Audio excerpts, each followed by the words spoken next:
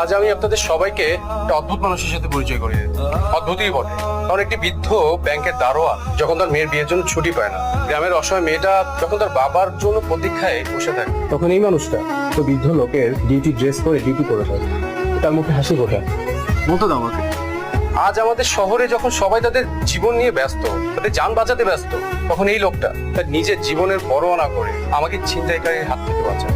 Uncle, আপনার মেয়েদের জন্য বা আনিকাদের মতো মেয়েদের জন্য শহরে অনেক ব্যারিস্টার, ডাক্তার, ইঞ্জিনিয়ার আপনি পাবেন, কিন্তু মনুষ্যত্ব সেটা পাবেন না, এটা এই ছেলেটার মধ্যে আছে।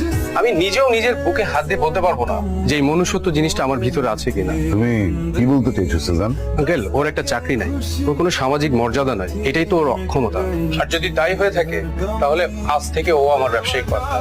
এখন অনেক বেশি হয়ে যাচ্ছে, প্লিজ বলতে দাও। না প্লিজ, আমি চলে যাই প্লিজ। বলতে দাও রাও। এখন বলেন আগে, দিবেন আপনার মেয়ের হাত ওর হাতে?